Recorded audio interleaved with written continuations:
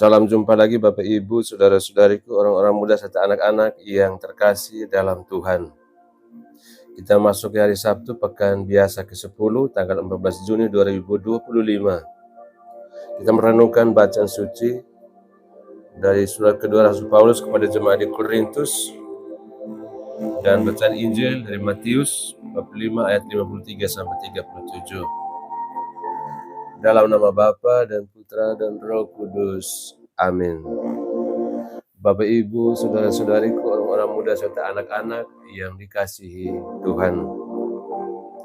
Ada satu hal yang sangat berharga dalam hidup ini, tetapi sering dianggap sepele, yaitu kejujuran. Dan hari ini Yesus mengajak kita untuk kembali pada hal mendasar itu, berkata benar, hidup tulus, dan tidak bersandiwara. Jika ya, katakan ya, jika tidak, katakanlah tidak. Sesederhana itu, tapi seringkali justru yang paling sederhana itulah yang paling sulit dilakukan. Yesus tidak sedang bicara soal sumpah serapah atau sumpah di pengadilan. Ia berbicara soal integritas hidup, tentang menyatunya hati, pikiran, kata, dan perbuatan. Dunia kita sudah terlalu penuh dengan janji manis yang hampa, kata-kata yang dirancang untuk menipu, dan basa-basi yang hanya membungkus kepalsuan. Yesus ingin kita tampil beda. Sebagai muridnya kita dipanggil untuk menjadi terang dan garam dunia.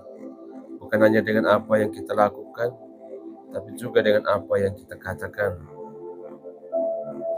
Dalam bacaan yang pertama, Santo Paulus menambahkan landasan kuat bagi hidup ini.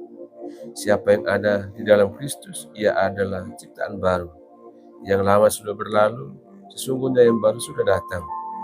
Artinya, jika kita sungguh hidup dalam Kristus, maka cara berpikir, berkata, dan bertindak kita juga harus berubah.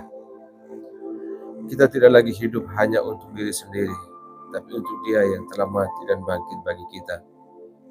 Saudara-saudariku yang terkasih dalam Tuhan, bacaan hari ini mengajak kita untuk bercermin. Apakah saya masih membiarkan kata-kata saya melukai, membohongi, atau merendahkan sesama? Apakah saya jujur di hadapan Tuhan, diri sendiri dan sesama? Sudahkah saya berani berkata iya ketika memang harus iya, dan tidak ketika memang harus tidak, meskipun itu tidak menyenangkan?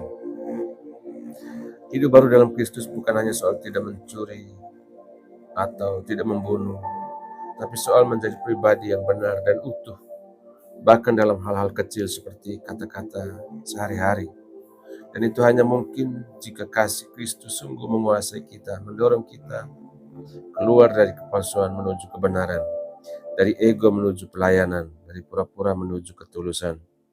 Saudara-saudari yang terkasih, dunia hari ini butuh lebih banyak orang jujur, bukan sempurna. Butuh lebih banyak orang yang berkata benar, bukan yang pintar bersilat lidah. Butuh lebih banyak orang yang terang, bukan yang gemerlap. Semoga kita menjadi bagian dari mereka. Karena itu, karena kita sudah ditebus oleh darah Kristus dan dipanggil untuk menjadi ciptaan baru yang hidup dalam terang dan kebenaran. Amin. Tuhan bersamamu.